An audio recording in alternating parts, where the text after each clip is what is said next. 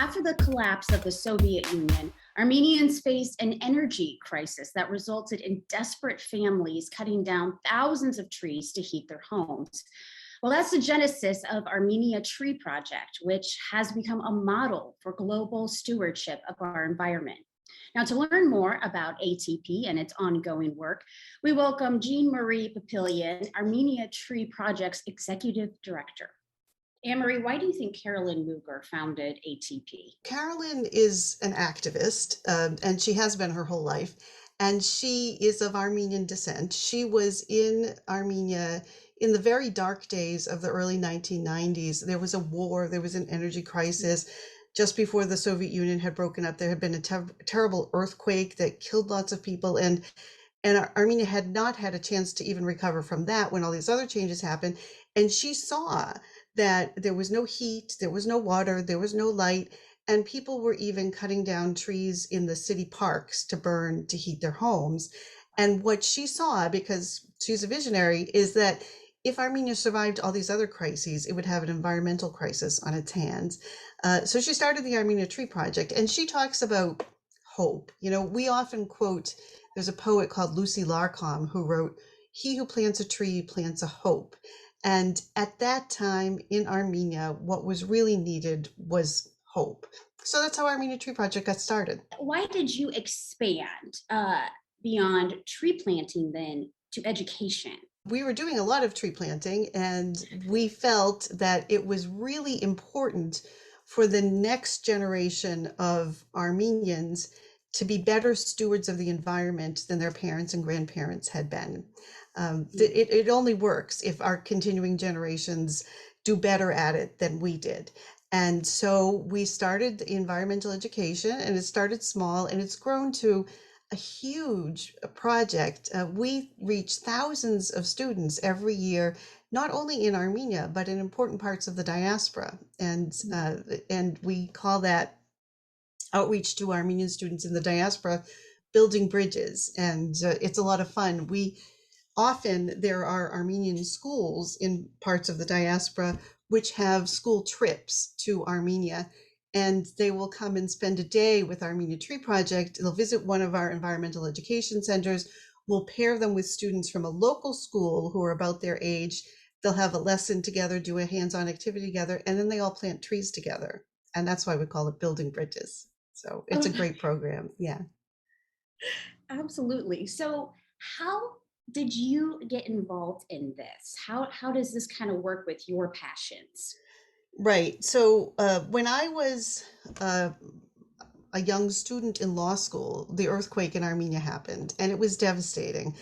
And shortly after that, I got involved in some projects that were being organized by volunteers in the greater Boston area to help the people of Armenia. And over the years, as I developed my law career, I always stayed involved in organizations that were helping Armenia. And I reached a point in my legal career where I realized that I was having more fun doing my volunteer work than I was doing my day job.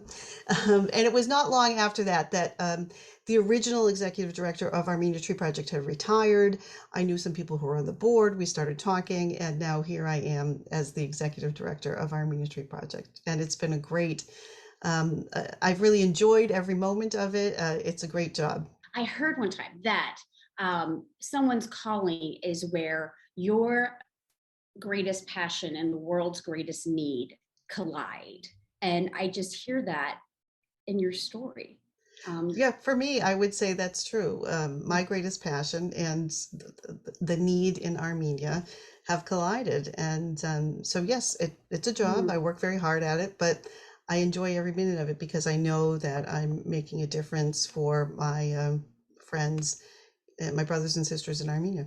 The church is an important part of the Armenian and diaspora community. So how are churches involved in this work? That's a great question. So any Armenian, wherever you meet them, will tell you that Armenia was the first nation to adopt Christianity as its national religion in the year 301. St. Gregory the Illuminator converted the king, King Durtad, and King Durtad declared that henceforth Armenia would be Christian. And that was the year 301. It's before Rome adopted Christianity as its official state religion. We're very proud of our church. And during the years of Soviet rule, Armenians in the diaspora were cut off largely from the head of the church in the Catholicos in Echmiadzin.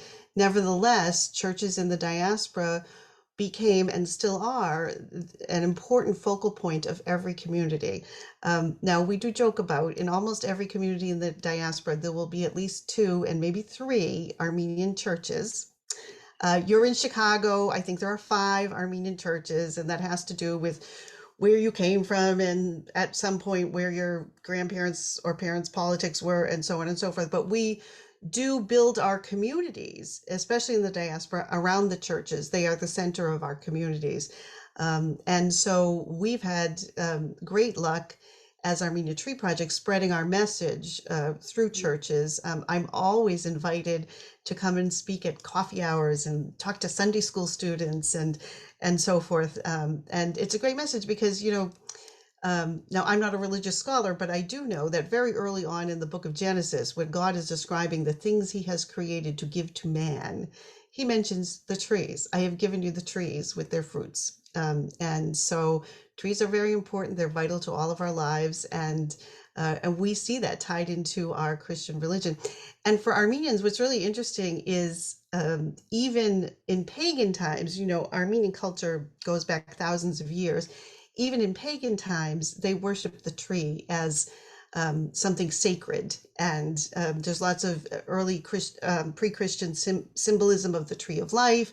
There was the goddess Astlik would present a family with a peach tree when a child was born so that the peach tree would grow with the child. Lots of symbolism around trees. Yeah. Wow. So the logging and what the community has had to go through, that makes it extra devastating, I would Yeah. think, because of just, the love of trees. And Mm-hmm. so now how are other parts of the world, have there been any other parts that have really undergone some environmental damage because of excess logging? Do you know of any other places? Yeah, sure. And it's not just excess logging. Sometimes it's the result of, just climate change and the diminution of groundwater for a variety of reasons. We've been inspired by projects in other places in the world and maybe borrowed some of their great ideas.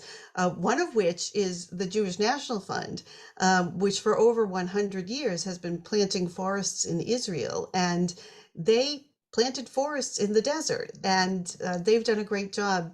A couple of years ago, right before the pandemic, in the fall of 2019, Armenia Tree Project, in connection with our 25th anniversary, co-hosted an international forest summit at the American University of Armenia. And we talked about, the challenge of reforesting Armenia. Right now, depending on who you ask, we're at about 10% forest cover, and experts say that ideally Armenia should be at about 20% forest cover. So that's a huge undertaking to double the forest cover. And, what do you do?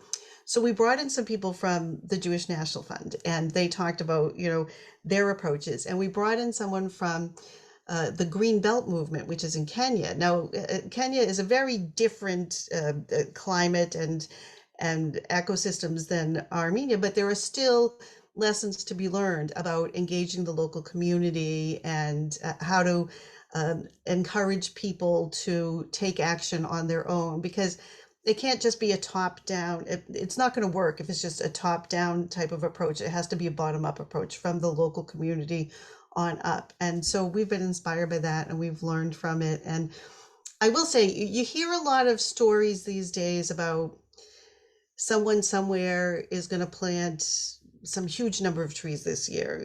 This country is going to plant 9 million trees this year. And those are great ideas. But my question is always, what happens next year?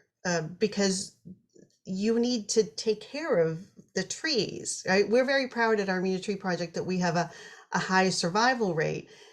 We are very careful in selecting where we're going to plant the trees, and then we stay with the trees for years after we've planted them to monitor them, to make sure that if there's a fence around the the baby forest, then the fence isn't broken so that people's livestock aren't grazing on them. To make sure, if there's a disease or a fungus or something, that we're addressing that, and it's spreading to destroy the other trees, and so on and so forth. So taking care of the trees after you plant them is important. So these big splashy projects that get headlines when they say we're going to plant all these millions of trees, I'm always a little bit skeptical, because I'd like to see 3 or 5 years from now, how many trees do you have left? Like, what did you do to take care of them?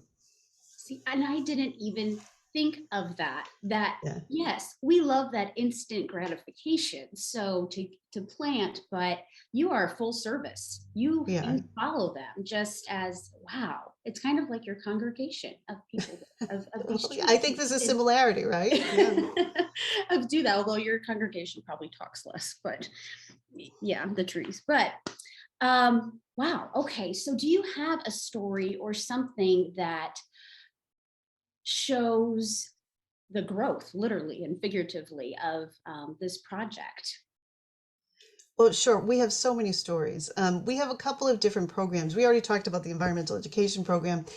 We have a community tree planting program, and then we have our forestry program. With community tree planting, which is how we started, we might go in, for example, to a local community and green the schoolyard or the churchyard. We engage the local community to help us do that. We want to make sure that the local community feels that they have some ownership in the project. So during the first season, we might plant only 30% of the planned trees, and then we'll come back after that season to see if they've been well cared for and so forth. And if they have, then we'll plant the rest of the trees. If we plant a schoolyard, then the students will get engaged in helping to care for the trees, and then they'll eat the fruit, and they'll eat, and they, if there's excess fruit during the harvest season, they'll bring it home, to their families. We have some great sites all over Armenia. There's one monastery in Armenia, and I encourage everyone to visit Armenia, because not only is it beautiful and the food is delicious, but there was a lot of early Christian history there. We joke about there's an ancient monastery on every mountaintop in Armenia, and it's not much of an exaggeration, but there is one monastery which has been restored, which is very beautiful, and it's not far from the capital city, and it's the monastery of St. Gevorg. Gevorg is the Armenian equivalent of George, and St. George is the fellow who killed the dragon. And St. George is buried at this monastery in Armenia. And it's a pretty ancient monastery, and it's been restored. It was restored during the 20th century. And we planted, we greened the grounds, and then we planted on the grounds of the monastery an orchard. And it has matured now. It was one of our earliest community tree planting sites, and it is so beautiful. People love to come there to have weddings, to take their bridal photos, to take graduation photos. Tourists always love to go there. And the priest who's in charge of the monastery told me that the fruit goes to the priests at that monastery, it goes to the local students, it goes to support the priests of 3 other monasteries within the regions. They have so much fruit. It's really kind of amazing. And they love it, right? They love it. And tourists love that place too. I know a couple people from the United States who've gone to Armenia to have their weddings at this church in Mukhni, because it's so pretty. And so we made it green, we made it pretty, we're feeding local people, we go into the local school, we do environmental education. That's our community tree planting program. So that's a great story. And then with our forestry program, which is where we plant the majority of our trees. If last year we planted, I think it was 650,000 trees, 550,000 of them were in our forestry program. So we plant new forests, and we plant them, it tends to be in pretty remote places. We work with the local community to secure the land, to have an agreement that we're going to plant a forest. And what we do is we enter into a lease agreement with the local community that we will plant on their community land, and the property will be under our control for 20 years, after which time it will revert to the local community as with the status of a community forest. Okay. So when we're planting trees there during the spring and fall planting seasons, we hire local villagers to come and help us plant the trees. So in addition to everything else, we're a big employer. These are remote places where there might not be many job opportunities for villagers, but we come around a couple times a year. And you can work for us for several weeks, depending on how long the planting season is, and earn some pretty good money and see the results in your local community that now we're going to have a forest that's going to reduce dust and prevent landslides and restore the habitat for local wildlife and animals and so on and so forth. People really enjoy it. And something that happens in Armenia, it's not just in Armenia, but in many of the former Soviet republics, is that men leave Armenia to go seek seasonal work in other places. And you have these villages which are essentially being run by women. And they're taking care of, the kids in the home and so forth. And there aren't a lot of jobs because it's pretty rural. So many of our seasonal workers are women. That's changed a little bit in the past couple of years with the pandemic and people couldn't travel as much to seek work elsewhere. But we're a big employer, and we're a big employer of women, which is interesting. 650,000 trees, so many different ways to help the community. I'm very excited. I'm sure others are too. So how can we get involved? What can we do to help? Well, there are lots of things you can do to help. You can donate by visiting our website at armeniatree.org, and click on the donation page. And you can also read a lot on our website about the different projects that we have. And we have some examples of each of the different types of projects I've mentioned. And we have some before and after photos, which are very interesting. It's nice to see the before and after photos. That's one way. Another way is, tell the community about us. Invite us to come and talk about Armenia Tree Project. We love to come and visit local communities. We love to talk about Armenia Tree Project. You don't have to be Armenian to appreciate that anywhere in the world where people are planting forests is going to benefit all of us in the world, because we need those forests in order to breathe. They clean the air, they clean the soil, they clean the water. Mm. And the Holy Spirit in Greek is pneuma, so literally breath. Like we literally breathe in God, and how beautiful that is with the trees. And wow. Okay, so is there anything else that you would be remiss if you didn't tell us about that we haven't Okay. covered? Yes, and some people, I understand not all your listeners are familiar with what's been happening in Armenia. Some people may have heard that in the past couple of years, there's been some conflict with our neighbor, Azerbaijan, which started supposedly as a dispute about certain territory in the area of Artsakh, but now has turned into an open campaign that Azerbaijan simply wants Armenia. Anyway, we have been helping the people in Artsakh.